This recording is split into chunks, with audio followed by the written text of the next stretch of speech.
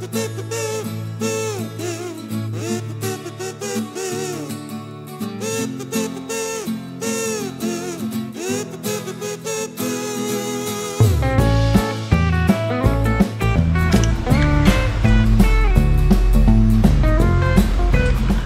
katunayan na hindi ko pa siya napaka-carwash nung last na video kasi umulan. Ayan o, neto, nandiyan pa rin yung dumi. Ikutan lang natin.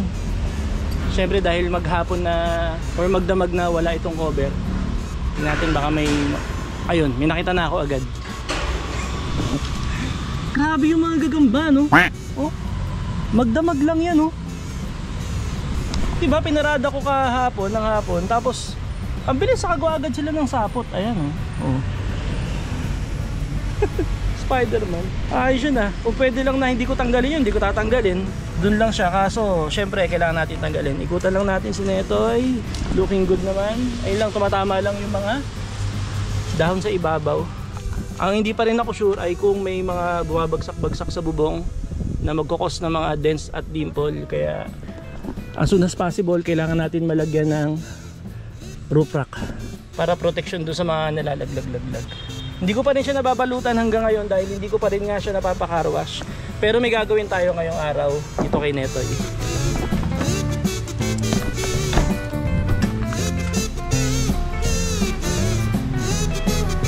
Ito real talk ah, totoo to ah. Hanggang ngayon hindi ko pa rin nabubuksan yung hood. Etong hood oh. Yan, hanggang ngayon hindi ko pa rin yan nabubuksan. So hindi ko pa rin nasisilip yung loob niyan dahil hindi ko alam kung saan yung bukasan. Nagtanong ako kay Mayor TV, pinakita niya sa akin na yung bukasan nung kanya ay doon sa part na yon. Ang problema, magkaiba naman kami ng model ng Suzuki minivan. Yung kanya kasi is DA64W na smiley. Doon yung bukasan nung hood niya. Yung akin, wala doon. So ang ginawa ko, naghanap-hanap ako sa YouTube kung paano siya buksan at nakita ko sa isang YouTuber kung saan yung kanyang bukasan. Pinanood ko yung video niya at dito daw. So hanapin natin. May basag pala dito. Ngayon ko lang ito nakita. Ay, nako. Ayun, oh. Bali, okay lang yan. Dito yung kanya. So, may kakapain dito. Ayun! Eto na. Ayan na. Ready? First time ko ito bubuksan. Yeah! Tumanog! Tara, silipin natin. So, first time ko makikita kasama kayo na first time din titignan yung loob ng hood. Ano ba to? Ayun. Oh, yun pala. Tapos tatanggalin yung stick. Pag ganun, ayun, papunta dito. Ayun na. Ayan, first time ko to nakita. Wow, tingnan natin. Engine coolant only. So ayun siya, medyo madumi. Okay lang, ganun talaga. Yung sinuwap ko sa kanya na kotse, marumi rin naman yung engine. Pero syempre, dahil hindi naman natin to bagong nakuha, kailangan natin ipa-PMS ito. So ipapa-PMS natin to sa mga susunod na araw.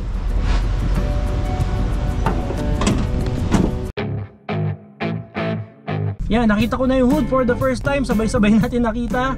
Ngayon ko lang talaga nabuksan yan.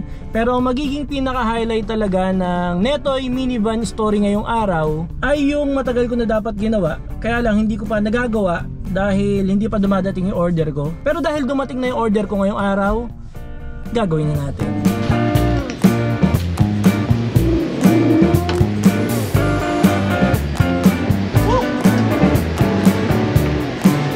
Tingnan nyo to.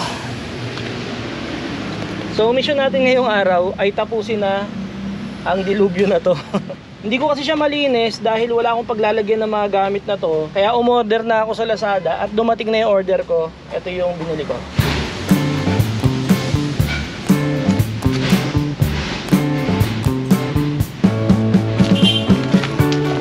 Bumili na ako ng box na pwedeng upuan. So, isang mabilis na unboxing ha.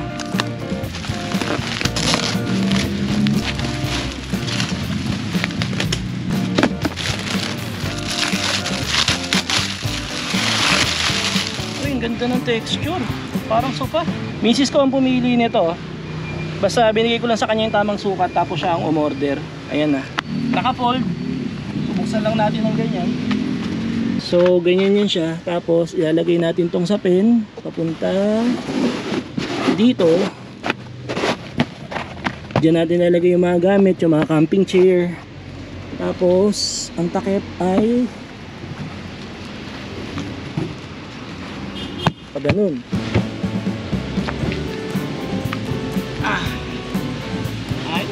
So mangyayari niyan kapag may lakad tayo, may mga travel tayo kasama si Netoy, pwede kong ilabas to, tapos upuan natin pag nasa labas tayo, kakape, tambay.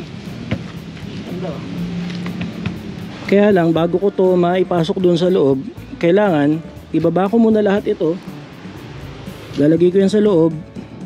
Tapos ilalagay ko yung mga gamit sa loob niya.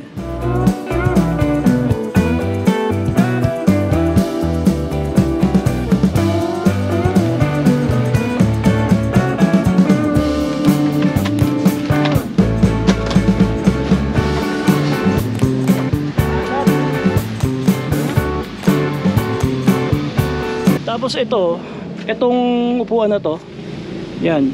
Ito yata yung upuan na nakakabit dati dito sa gitna bago siya palitan ng captain seat. So dahil hindi natin ito kailangan sa ngayon, pwede kasi siyang ikabit dito sa likod, pero hindi ko na muna siya ikakabit dyan kasi kailangan ko ng malaking space dito sa likod.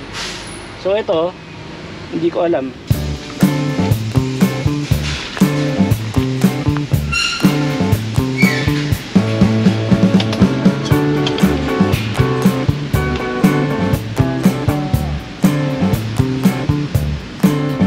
Yung deep dish pala na ginamit sa kanya ay hindi pang Suzuki DA17, pang Mitsubishi Adventure.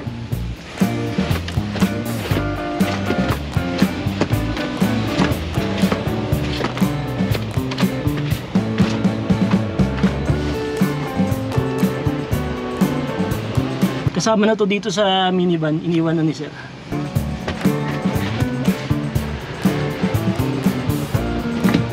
So dito ito mapupunta. Ayan.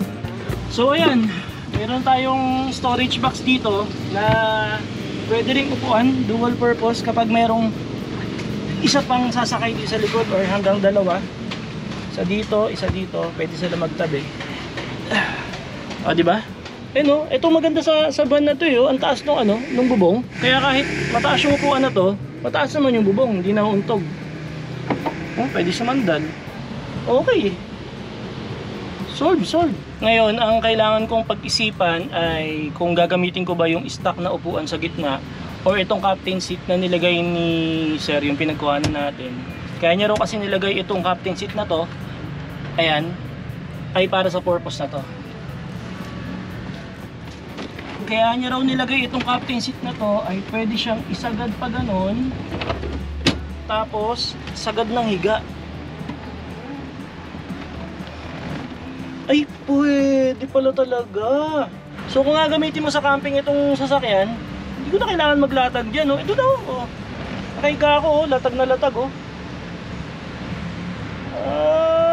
Dalawa yan, itong isa tsaka yung katabi, ganun yung purpose niya. So pwede nga. Tapos yung box na to, pwede kong ilagay dito sa paanan ko para tungtungan ng paa. Subukan nga natin.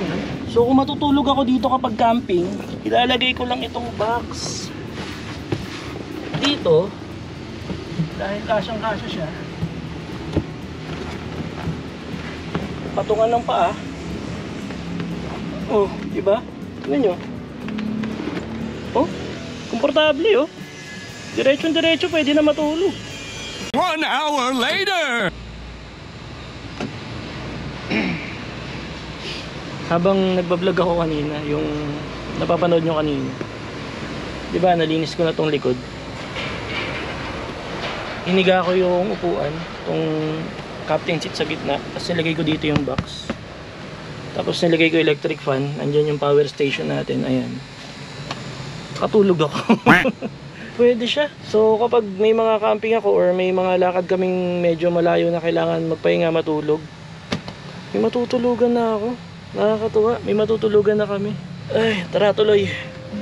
Ano masabi mo sa loob? Super ganda. Loob, no? Oo. Ayan, no? Nakatulog nga ako Nakatulog ako Nilagay ko yung kahon dito, tapos siniga ko yan. Electric fan. Ayun, may ako dyan, parang battery. Natulog ako. Design siya para pang camping.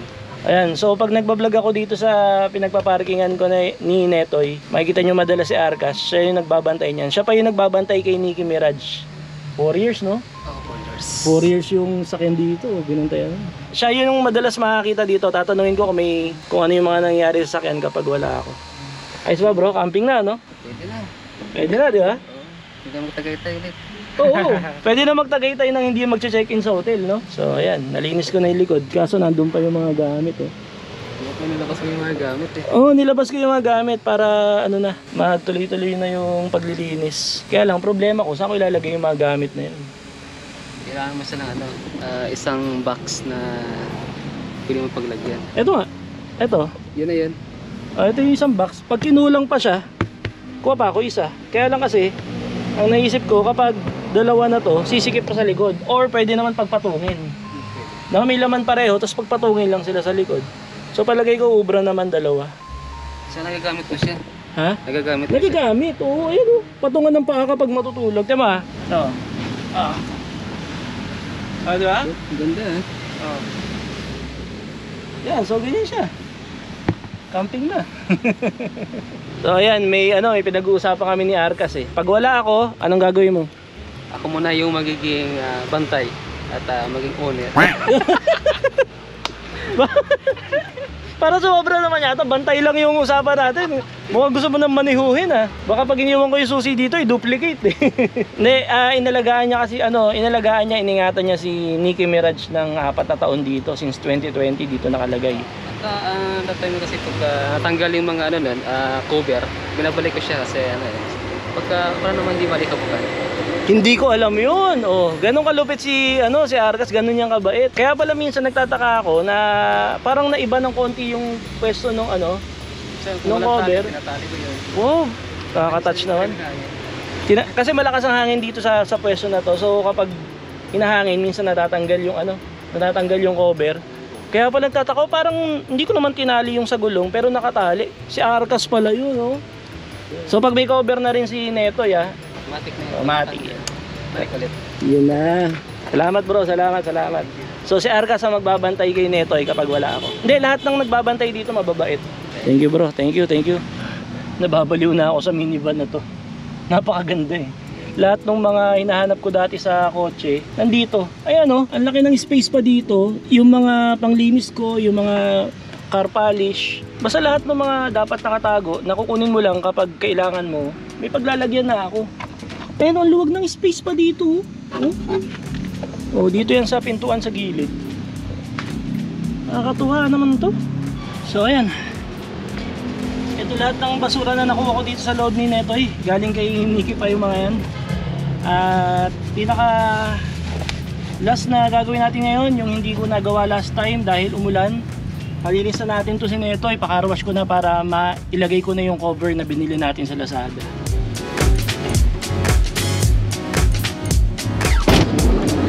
Okay, so ayan, tapos na natin siyang linisin. Carwash tayo.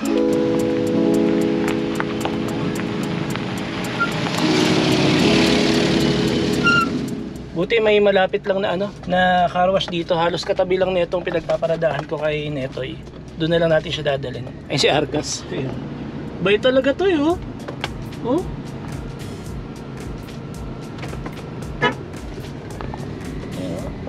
Bait talaga to si Arcas eh. Natutuwa ako dyan eh. Ayan, halos kalalabas ko lang nung parking. Ito lang, kalalabas ko lang ng gate. Yung car wash, dyan lang sa tabi.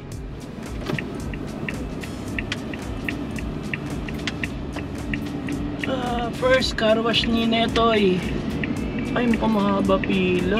Ilan kaya to? Mahaba pila rin parang di na naman ako makapagpa-car wash ito Mukhang waiting na naman Teka nga, sir, pang ilan po kung sakali? Balik na lang ako mamaya. Salamat po. Hindi ako pwedeng magtagal dito dahil recital ni Pink dun sa theater niya ngayong araw. Kaya hindi na naman magkakarowash si Netoy.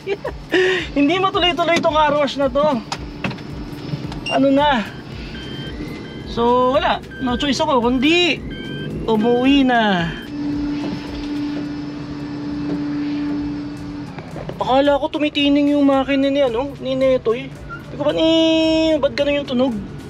Yung pala nagbabacuum sila. Buti malapit lang. Hindi ko sure kung si Arkas yung nagbukas, pero siya yung nagbukas sa akin kanina. Tingnan natin. Oh, si Arkas nga. Thank you, bro. Salamat. Ang haba ng pila sa car wash, kaya hindi na naman makaka-car wash to. Ayan. Bago lang ako nag-automatic, so hindi ko pa kabisado yung mga ganito. Pero tinuruan ako ng kuya ko. Una daw is neutral, handbrake, then park. Paki-comment kung tama ba yun o hindi.